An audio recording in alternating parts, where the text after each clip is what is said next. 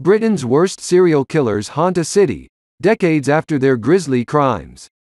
London, CNN, police excavations at a cafe in the quiet English city of Gloucester revived a half-century-old puzzle. What happened to Mary Bastholm, a carefree 15-year-old girl who went missing in 1968? The teenager has long been feared to be among the victims murdered by Fred West, but her body has never been found. West and his wife Rosemary, who met the following year, would go on to become Britain's worst serial killer couple. A week-long dig at the Clean Plate Cafe in the heart of the historic city resulted in the discovery of no human remains or items of significance, according to police, but the search has stirred up painful memories. More than 25 years have passed since the UK was shocked by the grim discovery of multiple sets of human remains in what had appeared to be a nondescript family home in Gloucester. But too many questions remain unanswered for the public's fascination with the case to end, or for the city to rest easy. Fred West was charged with 12 counts of murder, though there have long been suspicions that other young women and girls were abducted, tortured, sexually abused and killed by the Wests. Fred killed himself age 53 before he could stand trial, taking many secrets to his grave. Rosemary, known as Rose, was convicted on 10 counts of murder in November 1995. She will remain in prison until she dies. She has always protested her innocence and has revealed nothing about the case over the years. Adding to the horror is that those killed include family members: Charmaine West, Fred's 8-year-old stepdaughter from his first marriage to Catherine, Rena Costello, and Heather West, 16, his eldest child with Rosemary. It was Heather's death in 1987, believed to be the final murder carried out by the pair, that was to lead police to uncovering the mutilated remains of victims at 4 different sites in the following decade. The family joke. What many still wonder is how the killers got away with it for so long. Most of the couple's victims were killed in the 1970s. But it was only in August 1992, when the West's 5 remaining children were taken into local authority care because of child abuse allegations against their parents, that the whole dreadful, murky business started to unravel. Leo Goatley, a Gloucester-based solicitor who represented Rose West from 1992 until 2004, told CNN. It was a history that went back over decades and involved the abduction, sadomasochistic torture and binding of innocent young women, who were then murdered and dismembered and their bodies buried, said Goatley, author of the book, Understanding Fred and Rose West, Noose, Lamella and the Gilded Cage. It had and continues to have an enormous impact on the people of Gloucester. It's a cloud over the ancient city. Heather West had last been seen on June 19, 1987, but she was never reported missing to police. Over the course of months, social workers caring for her 5 siblings began to take note of their repeated, though reportedly offhand, mentions of the family joke that their sister was buried under the patio. In summer 1993, the police were told of these concerns. 6 months later, having found no trace of Heather alive, officers from the Gloucestershire Constabulary obtained a warrant to search 25 Cromwell Street, the West's family home since 1972. Fred West at first claimed he had seen Heather recently, but a day later, on February 25, 1994, he admitted to killing her, according to a police timeline of events. He and Rose were arrested the same day. As police questioning continued, with Fred repeatedly changing his story and Rose denying any knowledge, investigators uncovered a femur in the garden. When a pathologist then found 2 more femurs under the patio, later identified as belonging to Heather, police knew they could have multiple murders on their hands. Fred confessed on February 26 to killing 2 more women, one named Shirley Robinson, 18, and another subsequently identified by police as Alison Chambers, 16. The remains of both were later found in the garden. On March 4, West passed a handwritten note to his solicitor saying, "I wish to admit to a further, approximately, 9 killings expressly Charmaine, Rena, Linda Goff and others to be identified." Within hours, West had been taken back to 25 Cromwell Street by police, where he pointed out spots where more bodies had been concealed. Remains later identified as those of Swiss student Therese Siegenthaler, 21, Shirley Hubbard, 15, Lucy Partington, 21, Juanita Mott, 18, and 15-year-old Carol Ann Kaz Cooper were subsequently found in the basement of the house. The remains of Linda Goff, 19, were uncovered in the bathroom area. Over the course of 11 fevered days, 9 victims had been found in one drab end of Terrace family home. And as investigators dug, newspaper reports and live TV broadcasts kept a repulsed but fascinated public abreast of every move. Just unbelievable. Journalist Chris Summers, who worked for the Gloucester Citizen newspaper at the time, recalls being tipped off as excavations at Cromwell Street began and pouring through old cuttings and local records to find out who lived in the house. Events quickly snowballed. It was a massive, massive story, said Summers, who now runs the Total Crime website from London. The whole of Fleet Street came down, Sky and BBC TV trucks. Within a couple of weeks there were TV crews from Japan and America, all over the place. Fleet Street was waving their checkbooks around, and getting a lot of people to talk. We were trying to compete as the local paper. Criminologist Jane Carter Woodrow, whose book, Rose West, The Making of a Monster, was published in 2012, recalls not wanting to watch on TV as black boxes containing human remains were carried out of the house. But for weeks the story dominated the headlines. I think people have an awful fear, but a kind of a fascination. How could this happen? Who could do this kind of thing? It was just awful, said Carter Woodrow. There were lots of missing girls and gradually, one by one, people's remains were coming out. It was just unbelievable, really. Details which emerged later revealed the couple were sexually sadistic killers, Carter Woodrow told CNN.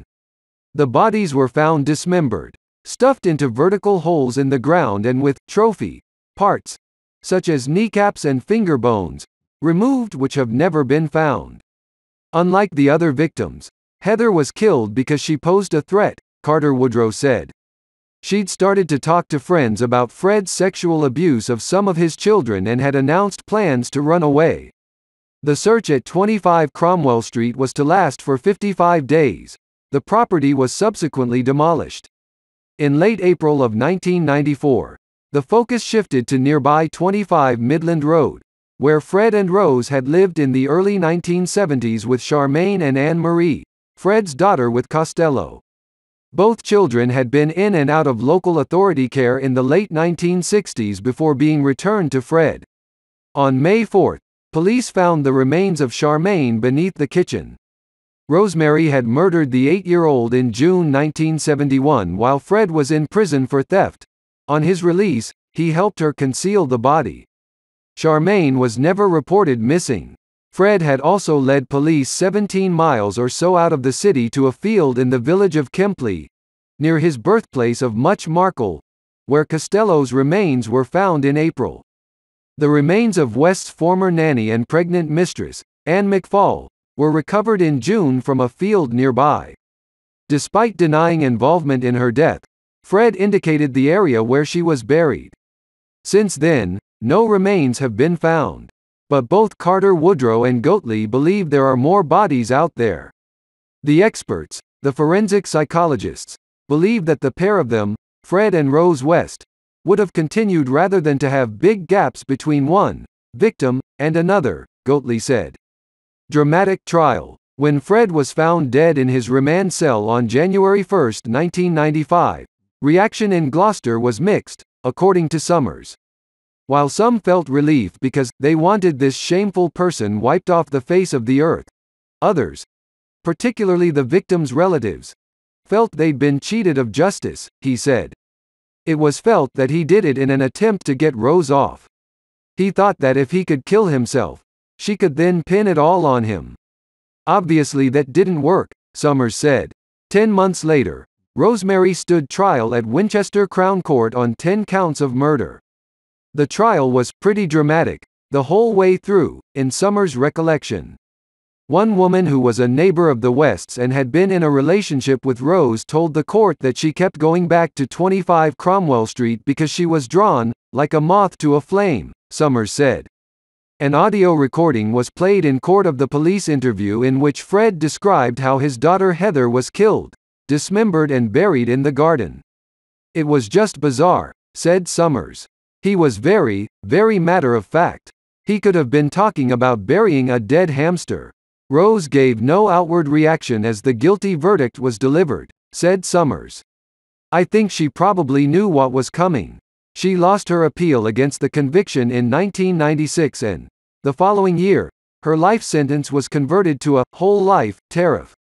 Unanswered questions. Despite the trial, the public was left with many unanswered questions about both the West's victims and whether public bodies had missed opportunities to halt the appalling cycle of abuse, incest and murder years earlier.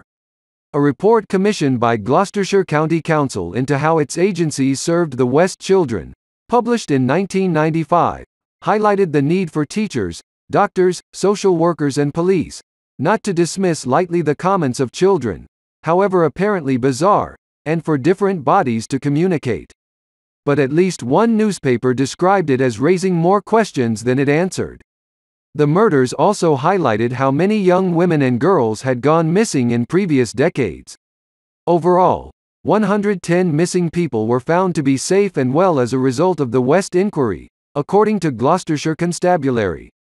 Some of those killed by the Wests came from vulnerable backgrounds.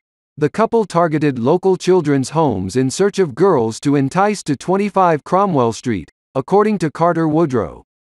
Others are believed to have been abducted while waiting at bus stops or as they hitchhiked between towns. Rose's vile anger. Carter Woodrow believes the West's actions went undetected for so long in part because they looked like a very ordinary couple, but that their depraved actions had roots in their childhoods. They'd both been subjected to incest, and they both had abused as well, so when they both met it was the worst possible combination, she said. There's no doubt Fred West was a sadist and a voyeur, and a serial killer, a psychopath with a very warped sexual mind. And Rose West was his willing apprentice, said Goatley. She had this Jekyll and Hyde personality. She could vent a fury that was absolutely appalling. I mean, her children can vouch for that.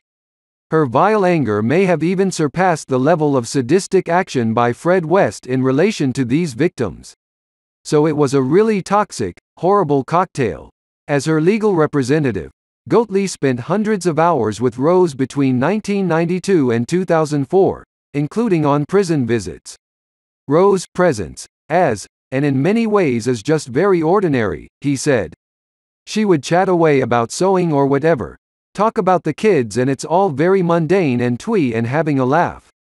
But Goatley said he saw flashes of anger if the conversation strayed into more difficult territory. He still hopes Rose, now 67, might one day break her silence. I'm sure that, one way or another, she knows an awful lot more than she's letting on. You just hope that she might reach some state of mind where she might give an explanation or an admission, or provide some information, he said. Emotional pull. Meanwhile, the case has cast a long shadow over Gloucester and its roughly 120,000 residents. Before the West story broke in 1994, it was a bit of a forgotten town, said Summers, ignored by tourists in favor of nearby well-heeled Cheltenham. Obviously it became part of this kind of morbid tourist trail when the murders happened. Even today, it sometimes seems the West case has left hardly anyone in the city untouched, said Goatley. There's always somebody who has some story or link or knowledge about the West case. The way it kind of radiates out is extraordinary. It's almost as though the case envelops a sizable percentage of the population of Gloucester in some way, and emotionally it does. Emotionally I think it grabs everyone. The unresolved questions over Mary Bastholm's disappearance mean there is still no peace for her family and those who knew her. Her parents and more recently her brother, Peter, went to their grave without knowing her fate. The teenager's wider family are still without closure now. Police are certain she wasn't buried beneath the cafe where she once worked. Everyone working on this is disappointed that we didn't find Mary, said Assistant Chief Constable Craig Holden on Thursday. Allowing her family to finally lay Mary to rest after over 50 years was always the most important reason for our excavation.